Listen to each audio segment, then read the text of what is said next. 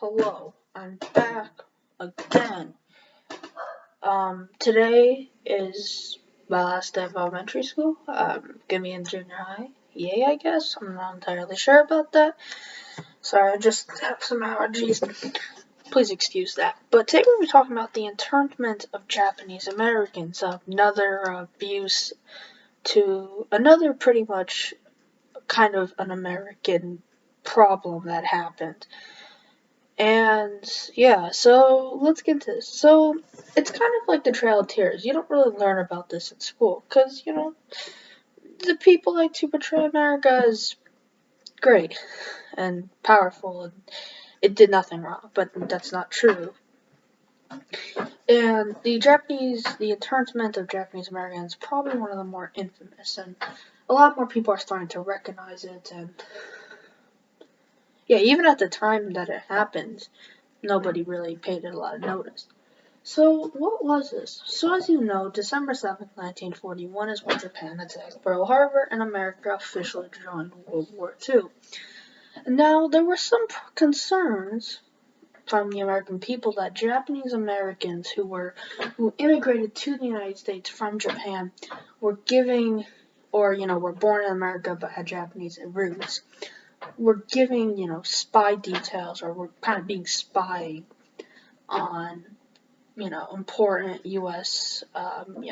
Military bases and stuff like that. So they were concerned that they could tell this and there could be sabotage or something, or another attack on the U.S. like Pearl Harbor. So the American government was pretty concerned, and it was actually so big that Congress introduced Executive Order 9066, which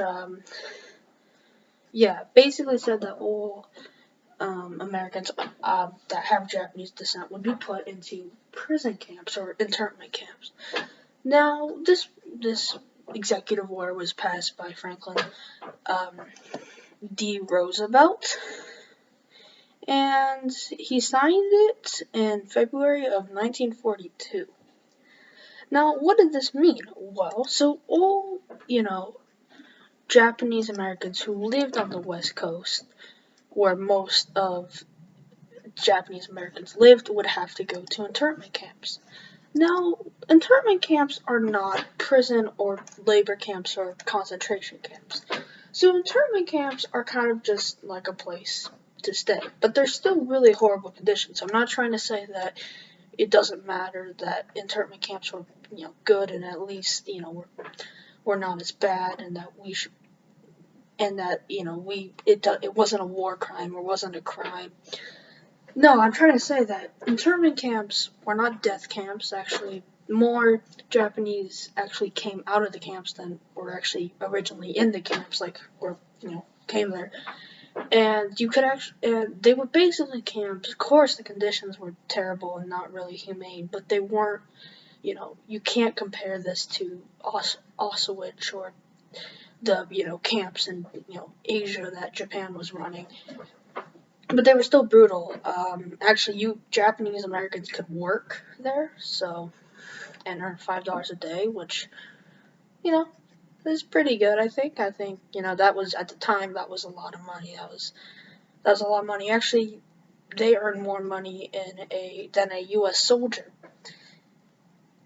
did. So, yeah. So let's go back to what. So after this law took effect, many Japanese Americans were taken from their homes, forced, and, they had suitcases, and they were basically forced on trains to go to internment camps on the West Coast or kind of in the United States. For example, I live in Arizona, and there actually are some internment camps by my house, and a lot of them were put in California. I believe some were even put in Utah, Colorado. I think there was some. It was really just, there were a lot of camps. There were some as far as, Arkansas.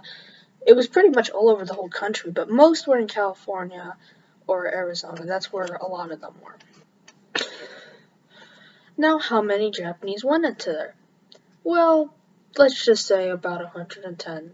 There was 110 1,000 people, Japanese Americans, to go into the camp. But there is a little bit of speculation of how many died. Um, Besides, the most common cause of death was uh, like sicknesses. But there's about 1,862 deaths is what most people say. Which, if you compare that, of course, it's tragic. One person's too much. But of course, if you compare that to the death at Auschwitz, and most of it wasn't actually like brutality. Most of it was sicknesses. Like tuberculosis was the most common. Now let's look at Hawaii. So Hawaii is home to, at the time, was home to more Japanese Americans than were in the camps, 160,000. Now you may be thinking, wow, Hawaii must have a lot of internment camps, but the answer is they didn't. You see, a lot of people say that because they didn't have it because it would be, destruction to the territory's economy. Because remember, Hawaii was not a U.S. state in the 40s. It only became a state in 1959. 14 years after World War II ended. So, so it's a territory. But there was one internment camp in Hawaii, and that internment camp housed about 1,000 people. And, it was, it wasn't, like the ones in America, mainland America, or something. Now, of course, but this didn't mean, but whole of Hawaii, didn't matter if you were, from the mainland or Japanese American, was put on a strict curfew. There were, barbed wire on the beaches, on the streets. There were, hedgehogs, anti-tank, spikes in the streets. There were tanks. It was whole on lockdown, and there was a blackout, so the Japanese bombers couldn't see or, couldn't hit Hawaii. Of course, Japan never really attempted to do it except on Pearl Harbor, but that was before America joined World War II.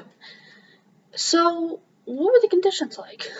So, I read a really kind of interesting book by George Taiki, who's a very famous survivor of this. I recommend go looking at his books. They're very good.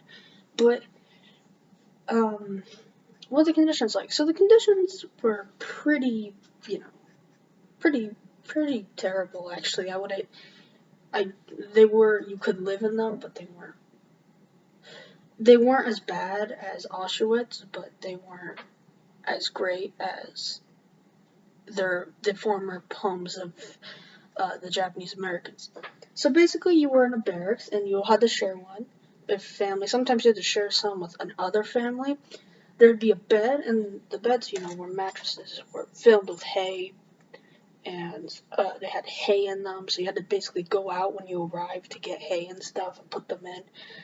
They had they didn't have tables. They didn't really have anything. They just didn't. And some people, would kind of make their own chairs, tables. It wasn't, there were no toys, so kids had to bring their own stuff. And these prisoners, they didn't have anything. They were pretty much stripped all of their houses and cars away. Now there were watchtowers and there were machine guns, and they were pointed inside the camp. So if you try to escape, you'd be shot. And the American soldiers there were kind of racist. Kind of. There were a lot of anti-Japanese sentiment going on at the time. Okay. So they were in the camps from 1942 to 1946, June of 1946. Now you may be thinking, well, World War II ended in 1945. Why couldn't they be released? Because they had nowhere to go, and frankly, some actually wanted to stay at the camp because they had no other way to go. At least in this camp, they had clothes, food, and a roof on their head. And also, it took a lot of time for them to regain their U.S. citizenship because they weren't considered citizens. So they had to, go through all this, crazy citizens test, and it took a while. Now, when the people got out, they had nowhere to go. They had to buy houses, they had to start the business over again, they had to buy cars, because everything that they owned was just stripped away from them. And the US government really didn't acknowledge that until 1988 when Reagan apologized and gave everyone a lot of money. But that really doesn't make it right. And yes, it's really tragic what happened, and I don't think these people should have been brought into this. Of course, random civilians get caught up in the ceasefire of war, and that's just war. It's brutal. Thank you guys for, thank you guys for watching. Bye.